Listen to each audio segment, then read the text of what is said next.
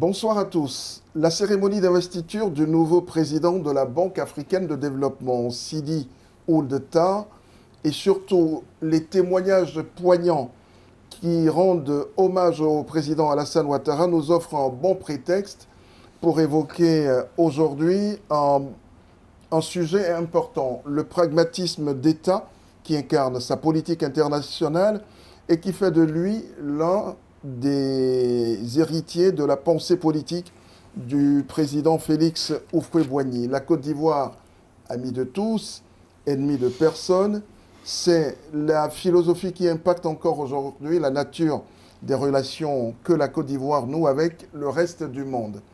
Pour aborder ce soir cette thématique, je reçois Dr Abdoulaye Bamba, maître des conférences, historien des relations internationales à l'université Félix Houphouët-Boigny d'Abidjan. Docteur Christian Arnaud Adjelou, enseignant-chercheur à l'université Félix Houphouët-Boigny, département de droit. Bonsoir, messieurs. Bonsoir, Bonsoir Germain. Et merci d'avoir accepté encore une fois mon invitation. C'est un plaisir. Merci. Merci. De nous avoir invités. Merci. Alors, le concept de pragmatisme vient du mot grec pragma, qui signifie tout simplement affaire, action. En politique, le pragmatisme signifie être proche de la réalité, être proche du concret. Et dans l'histoire, docteur Bamba, on sait que Churchill était l'un des plus grands leaders politiques pragmatiques que l'histoire a connu. Je sens déjà dans l'énoncé même du nom de Churchill que vous avez déjà de la sympathie pour lui. Beaucoup.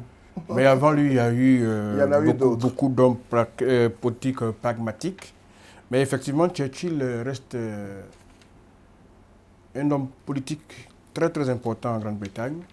C'est un peu le De Gaulle de la France. Pourtant, il n'était pas très instruit. Hein. Oui, mais c'était, comme le thème le dit, hein, il était très concret. Il était très concret. Vous savez que quand la Seconde Guerre mondiale commence, que l'Allemagne prend le dessus sur la France, que l'Allemagne affaiblit l'Angleterre, au moment où une grande partie de la classe politique souhaitait collaborer avec l'Allemagne, c'est Churchill qui dit non, il faut se battre jusqu'au bout, comme la résistance avec De Gaulle. Et ça a coûté ce que ça lui a coûté. Et ça a coûté ce que ça lui a coûté. Il est devenu quelqu'un de très très important dans l'histoire politique et militaire de la Grande-Bretagne. Mais il a été 2 fois Premier ministre. Il a été aussi plusieurs fois dans le gouvernement, dans plusieurs gouvernements.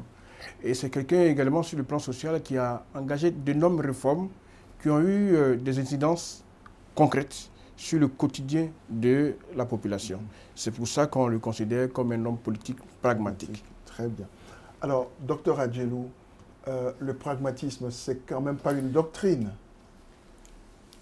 Ce n'est pas une doctrine, mais je dirais que c'est une méthode philosophique.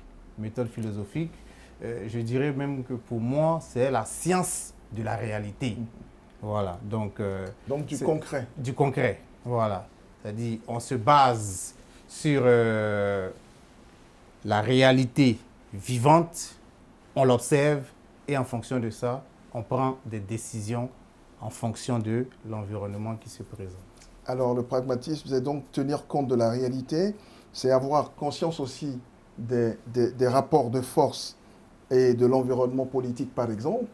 Quand on se situe de ce point de vue-là, on a vu quand même que De Gaulle également, en 1958, dans la gestion du conflit algérien, a su montrer son pragmatisme d'homme d'État.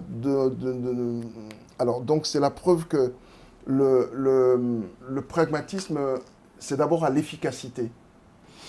Bien, alors je reviens tout à l'heure sur l'historique un peu du pragmatisme. C'est vrai que ce n'est pas un dogme, c'est une école philosophique qui a été développée par Charles Sanders et qui sera plus tard suivie au début du XXe siècle par William James. Le principe, c'est qu'une idée ne vaut que par sa concrétisation, que par son impact sur l'individu, par son impact sur la société. Philosophiquement, voilà l'idée déjà du pragmatisme. Et cette idée va donc se retrouver sur le champ politique. Et le pragmatisme politique, c'est toute action politique qu'on mène qui a un impact concret sur le terrain. Cela suppose que l'homme politique est très proche de son peuple, que l'homme politique est très proche du terrain et que l'homme politique a une connaissance parfaite du terrain, ce qui lui permettra donc de mener des réformes qui vont avoir un impact, une incidence sur le quotidien de sa population. Alors, donc, on en vient à De Gaulle. Son choix en 1958 de permettre à ce que l'Algérie obtienne son indépendance, alors que dans son propre camp, ce n'était pas une bonne idée perçue, même par son premier ministre à l'époque, Michel Debré. Alors, donc ce pragmatisme-là, c'est aussi parfois naviguer à contre-courant.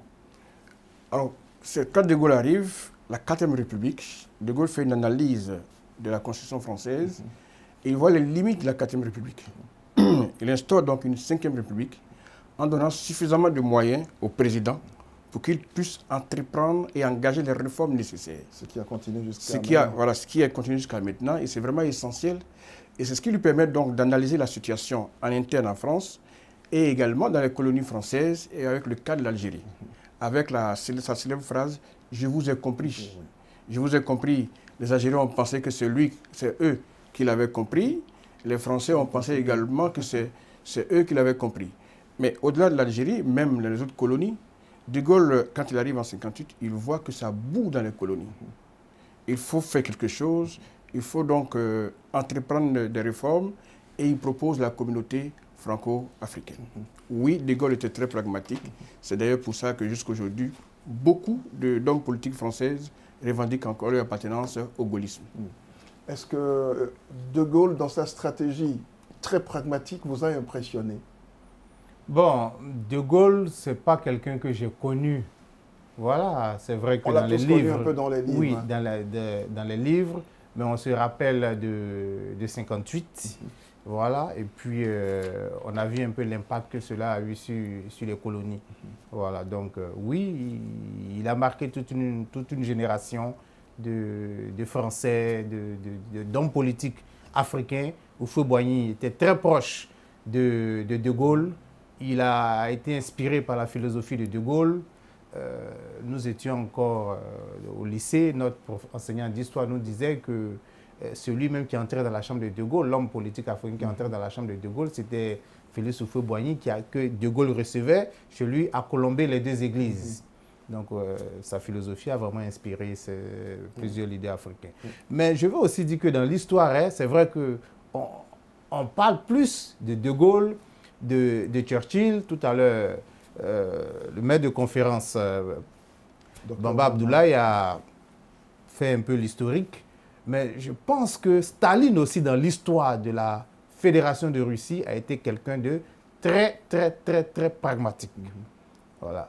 C'est en se basant sur ce pragmatisme-là qu'il a vraiment transformé la Russie. Sinon, la Russie, c'était pratiquement, à l'époque des tsars, c'était pratiquement, je dirais, un gros village en griffe. Donc, il est le père de la Russie moderne. Et la Seconde Guerre mondiale, lorsqu'il rentre à Berlin... On sait aussi pour quel résultat après. Oui, mais lorsqu'il rentre à Berlin, c'était vraiment parce qu'il avait réussi à gagner la bataille de Stalingrad et qui n'était pas gagnée d'avance.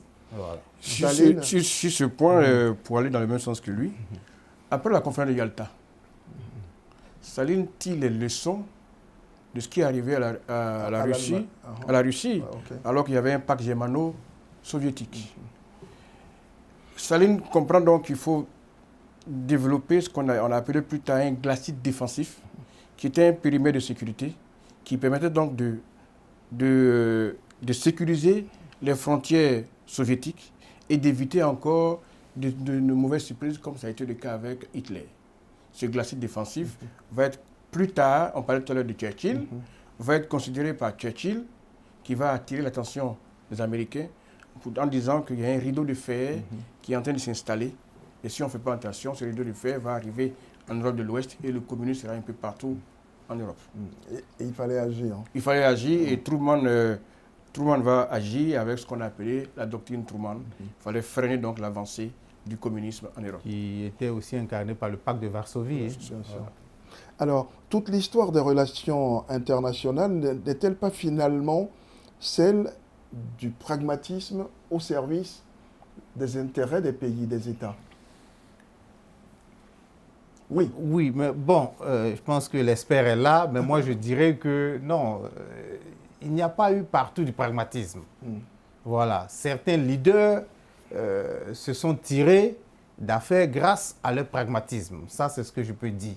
L'expert pourra peut-être nous en dire plus. Parce que quand on prend la Russie, quand on prend la France, quand on prend l'Angleterre, bon, on se dit à un moment donné, les gens ont pensé d'abord à leurs propres intérêts, et c'est ce qui a fondé aussi leur pragmatisme. C'est pour ça. Oui, c'est simple à comprendre. Hein. Les relations internationales fonctionnent sur la base de théories, trois principalement. La théorie réaliste, qui explique que les États n'ont pas d'amis, ils n'ont que des intérêts. Les plus forts veulent demeurer toujours forts et écraser les plus faibles. Vous avez la théorie libérale.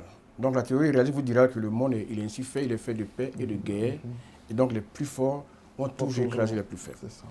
Vous avez la théorie libérale qui dira non, on peut changer le monde par la coopération, on peut changer le monde par le pacifisme.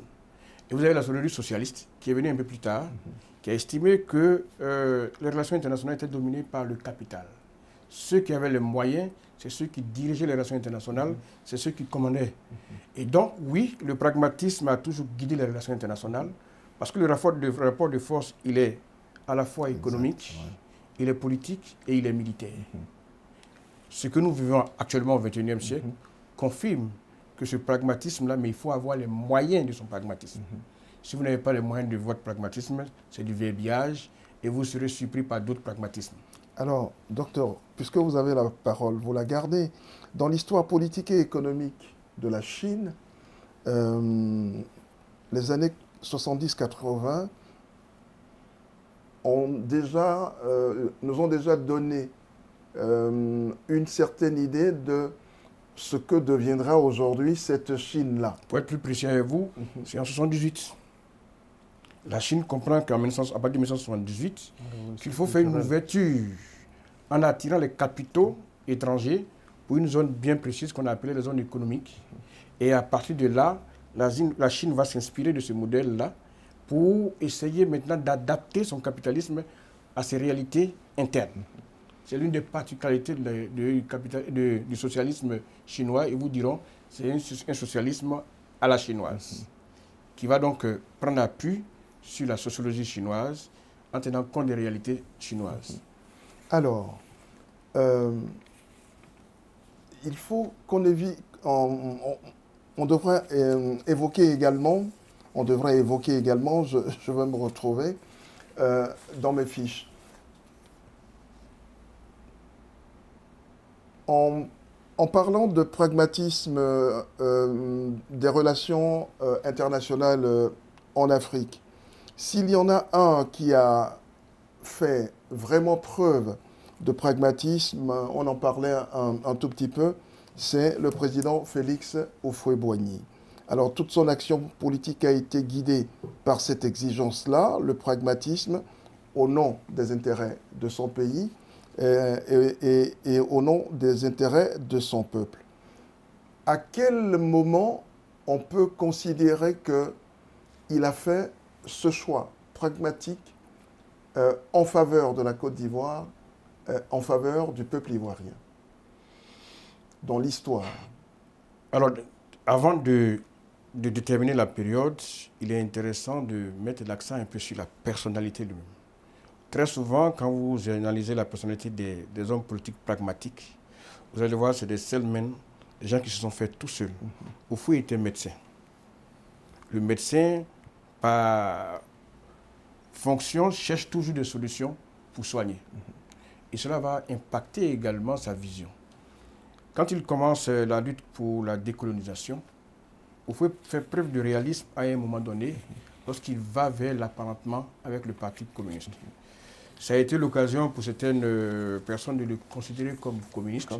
Mais au fond, il n'a jamais été communiste. Mais jusque-là, c'est ce que j'ai toujours pensé aussi. Non, non, non, mais à partir d'aujourd'hui, penser le contraire. Très bien. C'était plutôt une stratégie.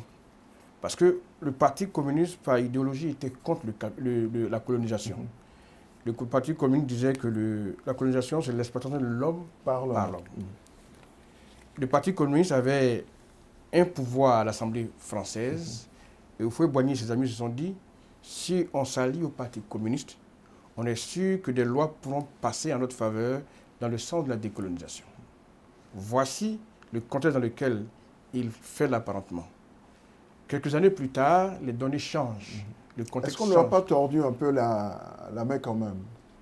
C'est-à-dire? C'est-à-dire que les circonstances l'obligeaient à délaisser le communisme pour, toujours au profit de son pays, au profit de son État, pour se tourner, bon, finalement, vers une politique beaucoup plus libérale. Non, non, non, ce n'est pas la même chose. Ah, d'accord. Non, ce n'est pas la même chose. Je reprends, vous allez comprendre. D'accord.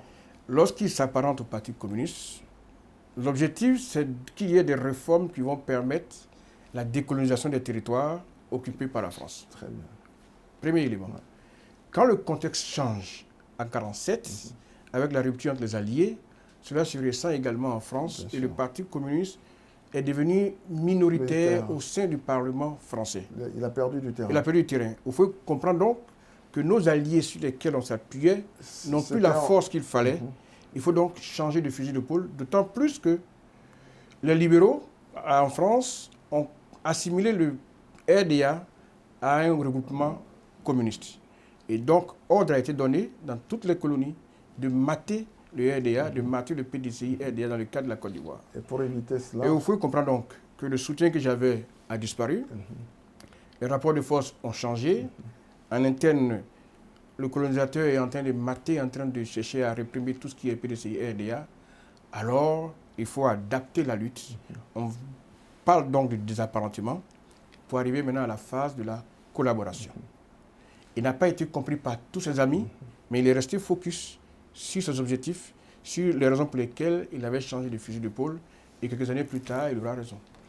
Il a eu raison, selon vous? Oui, moi je pense qu'il a eu raison. Il a eu raison sur toute la ligne ou... Oui, il a eu raison sur toute la ligne parce que quelques années après, les résultats économiques de son pays parlent pour lui. Mais je pense que, moi je dirais, pour compléter ce que l'expert vient de dire, moi je pense que son pragmatisme, même lors de la création du syndicat agricole africain, parce que c'est quelque chose qu'il avait vu et il avait perçu cela comme un instrument de lutte. Donc, c'est ce que je voudrais dire pour compléter. Voilà. Et même lorsqu'il arrive, même lorsqu'il arrive aux affaires, il disait que pour le moment, nous n'avons pas les moyens de former nos cadres. Nous sommes obligés de les faire partir à l'école occidentale pour qu'ils ceux-ci soient formés. Mais plus tard, quand ils reviendront, il appartiendra à ceux-là de prendre la relève et de pouvoir former les cadres. Je lisais un livre d'un auteur gabonais qui a écrit sur l'évolution des droits africains. Houphouët-Boigny tenait une conférence, je crois que c'était à Montréal, en 1972, où il parlait des coutumes africaines. Voilà. Il a dit que pour le moment, nos coutumes ne sont pas adaptées aux nécessités du développement qu'exige aujourd'hui un État qui veut compétir avec des États européens ou des États américains, etc., etc. C'est bien vrai que nous sommes attachés à nos coutumes, mais il va falloir faire un choix. Et ce choix-là, c'est de considérer les nécessités du développement qui sont contraires à nos coutumes. Alors, est-ce que ces choix, qu'on dit pragmatiques, ont toujours été efficaces? Quand on regarde dans la panoplie de décisions prises. Alors, la Côte d'Ivoire est indépendante en 1960, mais dans un contexte de guerre froide. Ouais. Là encore, il faut être conscient du contexte. Et il le dira, au moment où les autres pays, certains pays socialistes disent « nous on a choisi le socialisme », il faut dire « j'ai choisi l'Occident, j'ai choisi la France, j'ai choisi le capitalisme » pour les raisons que Dr Diallo vient d'évoquer tantôt. Oufoué est conscient donc que le contexte, il faut faire un choix, mais un choix pragmatique. Et lui, il était contre la politique de nationalisation parce qu'il ne comprenait pas le sens, puisque, un, on n'avait pas les capitaux qu'il fallait, deux, on n'avait pas les compétences en ressources humaines qu'il fallait, et les compétences technologiques. Même là encore, il sera critiqué. Il sera critiqué comme étant un valet de la France en Afrique. Avec l'un de ses rivaux, Kwame Nkrumah, qui reçoit ici en 1957, il faut lui dire clairement, vous avez choisi le socialiste, moi j'ai choisi le capitaliste. Je vous donne rendez-vous dans 10 ans pour faire le bilan et on verra lequel des deux idéologies a permis d'épanouir et permis de rendre nos populations beaucoup plus épanouies. Donc ça, c'était vraiment du pragmatisme. Il tenait compte du contexte, il tenait compte des enjeux et il essayait d'être le plus proche possible pour avoir les résultats probants. Alors, je voudrais demander aussi, docteur Adjelou, Oufoué n'a toujours pas eu des amis. Hein. On va dire que la Côte d'Ivoire n'a toujours pas eu des amis. Oui. À commencer par ses voisins.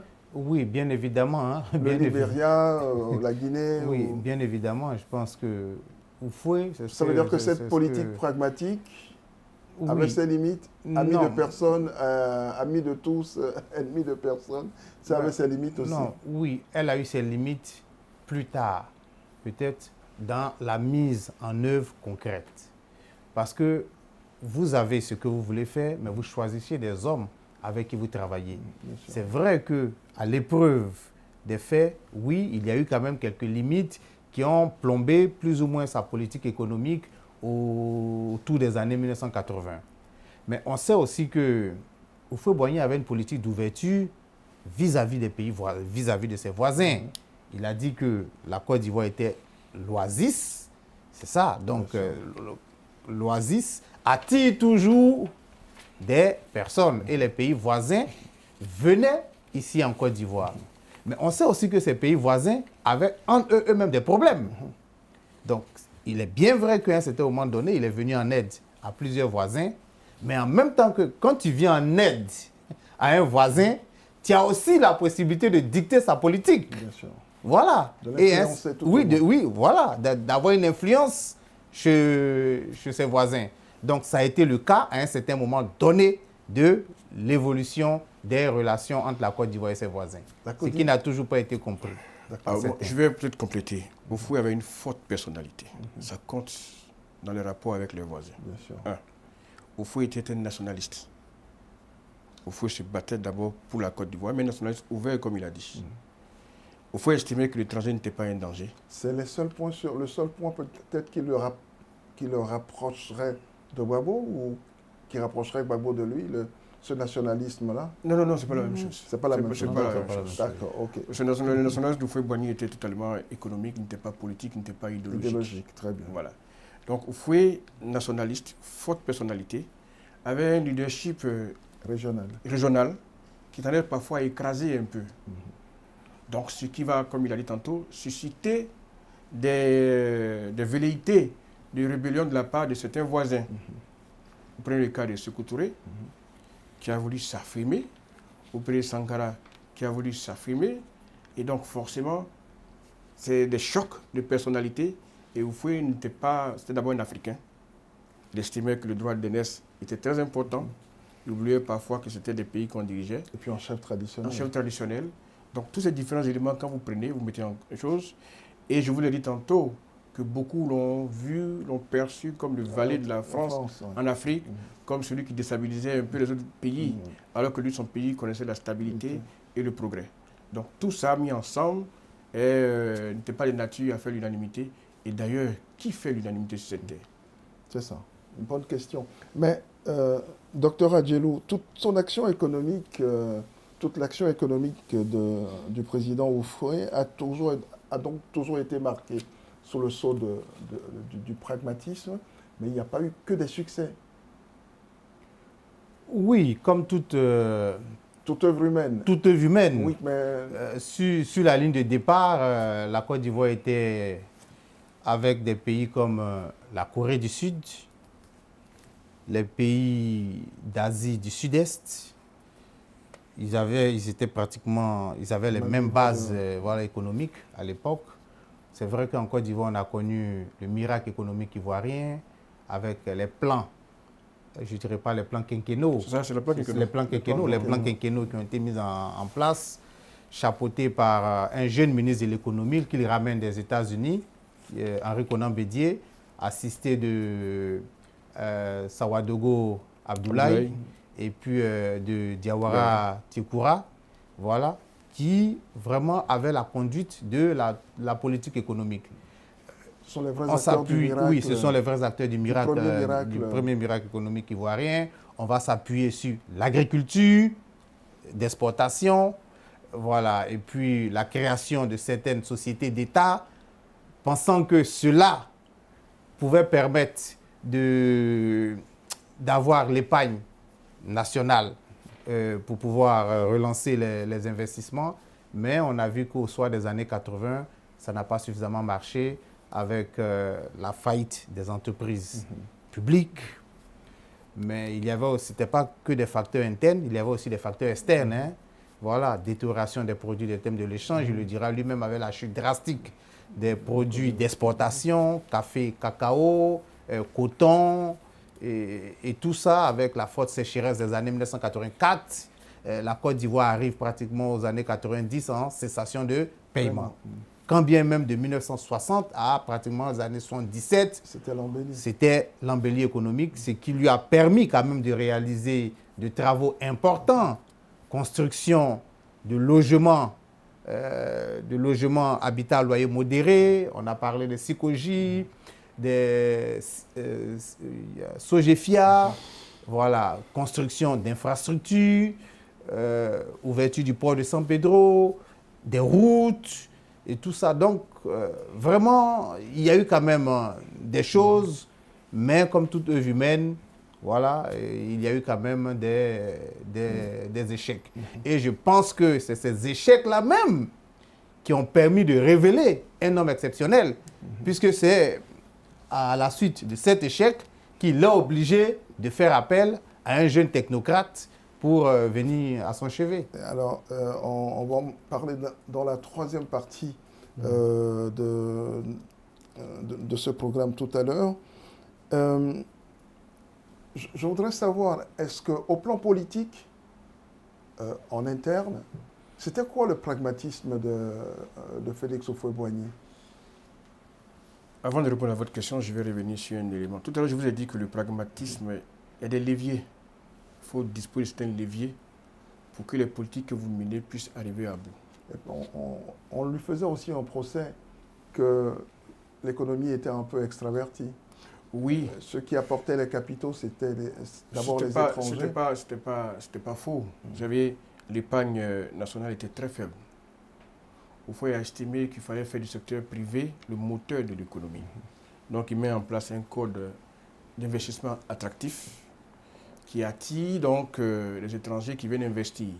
Donc, quand vous cherchez les causes du miracle ivoirien, il y a aussi la part étrangère dans cet investissement. Mais pour parler de la politique en interne, il y avait certains leviers sur lesquels il jouait également. Et ces leviers, pour moi, lui donnaient également ce statut d'homme politique pragmatique. Vous aviez, il a parlé sur le plan social, des logements sociaux. Oui. Vous aviez au niveau de l'agriculture, vous avez la Coupe nationale du progrès, qui était une façon d'encourager le monde paysan.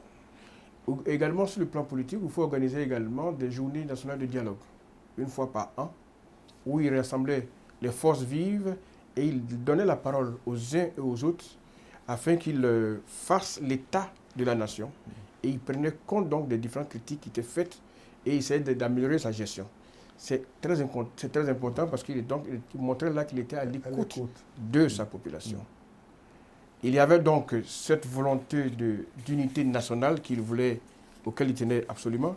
Et l'élément le plus important pour moi, à mes yeux, c'est la stabilité politique qu'il a su instaurer pendant plus de 30 ans.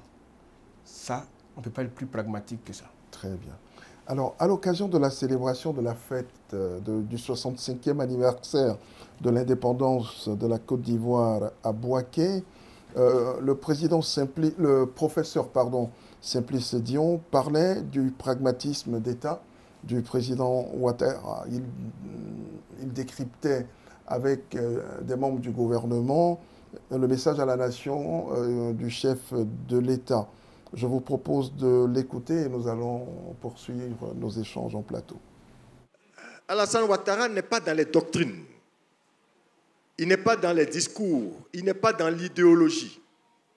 Je note en tant que philosophe que ce qui caractérise sa pensée politique, c'est un pragmatisme d'État. Je peux me tromper. Et nous venons de voir là comment ça s'est traduit son pragmatisme d'État. Vous donnez la parole à cette occasion à n'importe quel chef d'État, il vous fera un discours d'au moins 45 minutes. Il vient de vous parler en 15 minutes, en allant à l'essentiel. Toute sa philosophie politique, ça se résume à ça. Aller à l'essentiel. Voilà, toute sa philosophie politique, c'était clair, aller à l'essentiel.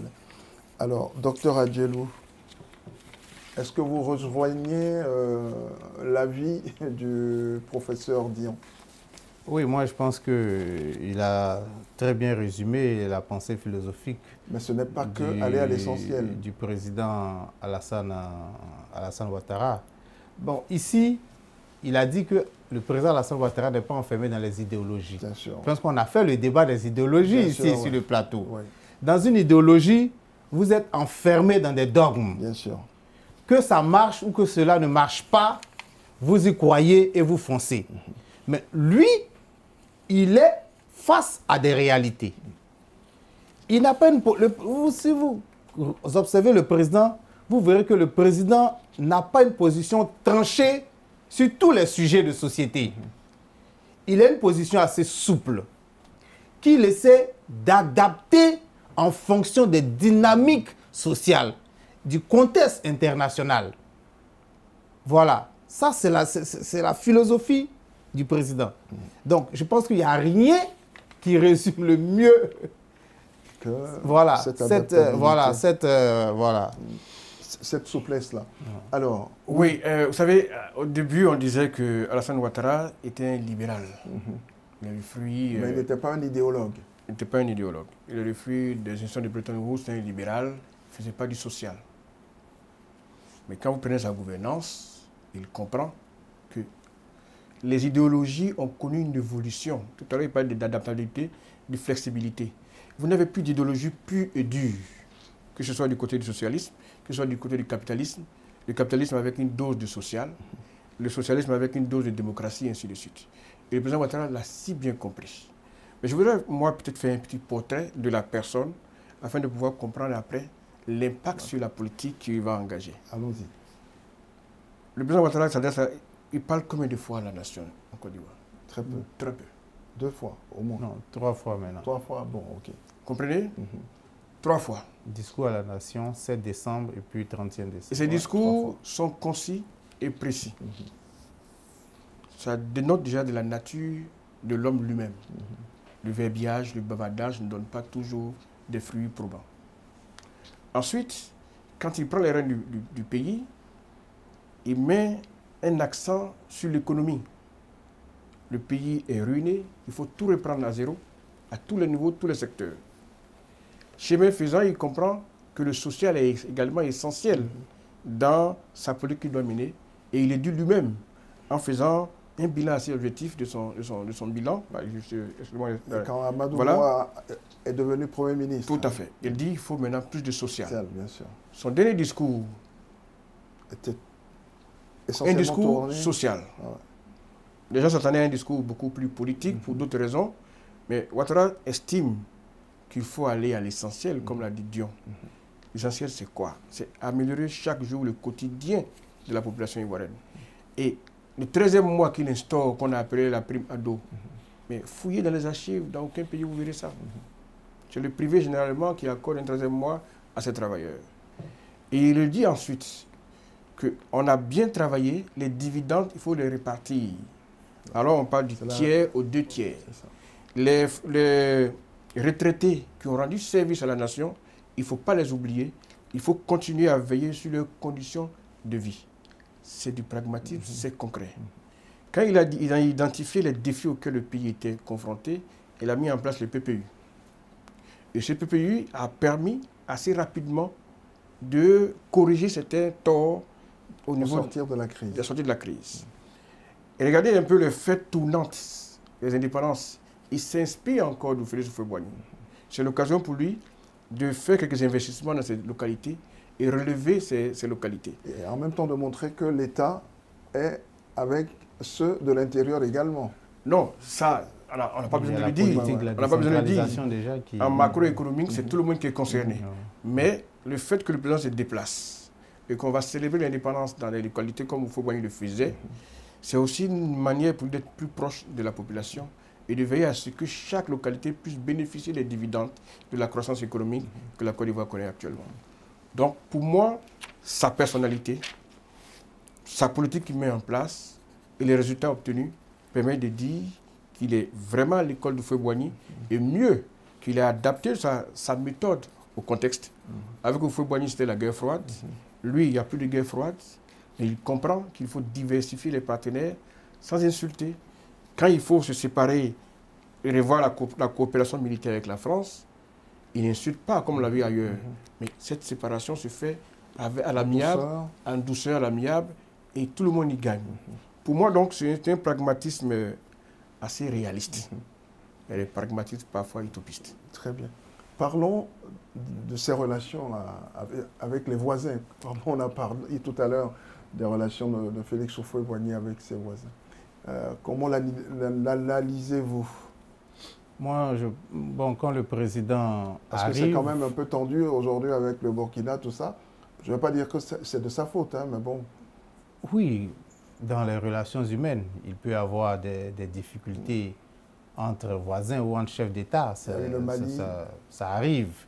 Mais je pense que ces problèmes-là sont des choses qui vont se régler dans le temps. Dans le temps. Voilà, il ne faudrait pas faire de ça une histoire, surtout que le président a toujours tendu la main aux voisins. Il a toujours tendu la main aux voisins. Il a dit, certes, nous n'avons pas le choix. Nous devons construire ensemble, que nous devons construire la sous-région. C'est ensemble que nous devons construire la communauté.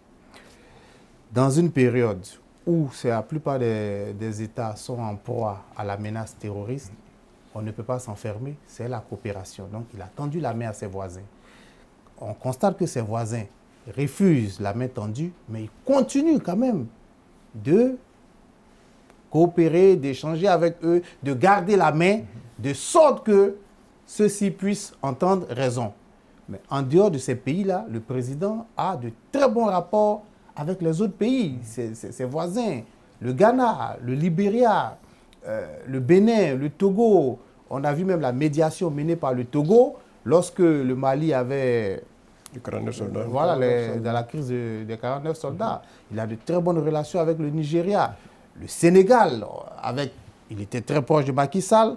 On a cru qu'avec les nouveaux venus, il allait avoir des problèmes. Mais le président a de très bonnes relations avec eux. On a vu un peu les éloges que Ousmane Sanko est venu faire ici au président. Et puis, dans la gestion même de lui et moi, on voit comment est-ce que le président tient la main pour que nous ayons une économie résiliente dans la sous-région, surtout sur le débat de la monnaie. Donc, je pense que, hier, je disais sur un plateau, il y a un chef d'État ici dans la sous-région qui est vraiment allé à l'école du président Alassane Ouattara, c'est le président Patrice Talon. Voilà, qui c'est pas forcément mon avis, mais bon. Qui applique textuellement la philosophie pragmatique du président Alassane Ouattara. Très bien. Je voudrais quand même dire un mot concernant le rapport de la Côte d'Ivoire avec ses voisins sous Alassane Ouattara. Tout à l'heure, je disais que sous Houphouët-Boigny, il y avait la forte personnalité et le leadership de Houphouët-Boigny. C'est la même chose pour Alassane Ouattara. Les voisins qui le taxent d'être également à la solde de la France. C'est la même chose pour le président Ouattara. Il a un leadership sous-régional et continental et même international. Il a réussi à relever la Côte d'Ivoire à l'échiquier international. Je vais même prendre un exemple. Quand on a eu la crise en Côte d'Ivoire, on avait les casques bleus en Côte d'Ivoire. Mais à un moment donné, après la crise, le président Ouattara a estimé que la Côte d'Ivoire avait les moyens d'assurer sa propre sécurité, elle a demandé aux casques bleus de repartir. C'était un cas d'école. Et l'ONU jusqu'à aujourd'hui continue de s'inspirer du modèle ivoirien pour dire que vous pouvez être en crise, puis à un moment donné, vous prenez en charge. Donc, son leadership gêne. Et puis, il ne faut pas tourner autour du pot. La raison pour laquelle ces pays voisins sont opposés à Ouattara, c'est que ceux qui dirigent ces pays sont venus à la suite d'un coup d'État, alors que la CEDEAO l'a condamné. Ouattara s'inscrit dans la dynamique de la CEDEAO. Et en plus, son leadership... Il a d'abord montré beaucoup de fermeté, déjà en 2012. Voilà, en plus, son leadership qui gêne dans la sous-région, ça attise beaucoup de convoitises, beaucoup de jalousie. Mais il va au-delà des querelles des personnes. Tous les ressortissants de ces pays n'ont jamais été inquiétés en Côte d'Ivoire. Quand on a pris l'épisode du Mali, aucun Malien n'a été inquiété. Quand on prend l'épisode avec le Burkina, aucun Burkinabé. Il veille à la sécurité et des Ivoiriens et des étrangers. Et il y a même des réfugiés burkinabés. Il y a même plus de 55 000 réfugiés burkinabés qui sont dans la zone de Ouangolo-Dougou, qui sont nourris avec l'argent du contribuable ivoirien. Est-ce qu'on peut être plus pragmatique que ça? Alors, au niveau du pragmatisme, hein, pour faire une comparaison avec le président Félix Houphouët-Boigny, on sait que Félix Houphouët-Boigny avait mis un accent particulier sur l'éducation. Lorsque le président Alassane Ouattara arrive aux affaires, on constate que l'éducation était pratiquement exsangue. Là, aujourd'hui, il a réussi à relever le niveau de l'éducation en Côte d'Ivoire. On part de 3 universités aujourd'hui à 9 universités. Construction de lycées professionnels, de lycées techniques. On sait que le développement part de ces formations-là. L'enseignement technique, l'enseignement professionnel. Surtout dans un monde en évolution avec les nouvelles technologies de l'information et de la communication. Donc, il faut vraiment avoir des écoles pour pouvoir former les jeunes pour ces métiers-là. La politique de logements sociaux que le président met en place, sous Houphouët-Boigny, il y avait ça également. Aujourd'hui, on parle de construction de logements sociaux dans plusieurs régions du pays. Ce n'est pas seulement à Abidjan, dans plusieurs régions du pays. Et puis, même en matière de partenariat économique, longtemps, la France fut notre premier partenaire économique. Aujourd'hui, c'est la Chine. Mais personne n'en parle. Il n'y a pas de bruit. Même en matière militaire, l'ESPER l'a relevé, le 43e BIMA est fermé. L'armée ivoirienne a pris place au 43e BIMA sans faire de bruit, sans faire de boucan. Donc, ce que nos voisins reprochent au président, c'est parce que notre pays est un îlot de stabilité. Nous refusons le coup d'État. Il n'y aura pas de coup d'État en Côte d'Ivoire. Eux sont habitués à des coups d'État. Donc, quand ceux qui n'aiment pas le coup d'État dénoncent, ça gêne. Donc, mais je pense qu'avec le temps, les choses vont rentrer dans l'ordre. Bientôt la présidentielle. Qu'est-ce qui pourrait séduire les Ivoiriens dans les futures propositions à faire en matière de relations internationales? Maintenir le cap de la diversification des partenaires, le respect de la souveraineté de la Côte d'Ivoire, travailler sur des bases égales et mettre en avant les intérêts ivoiriens.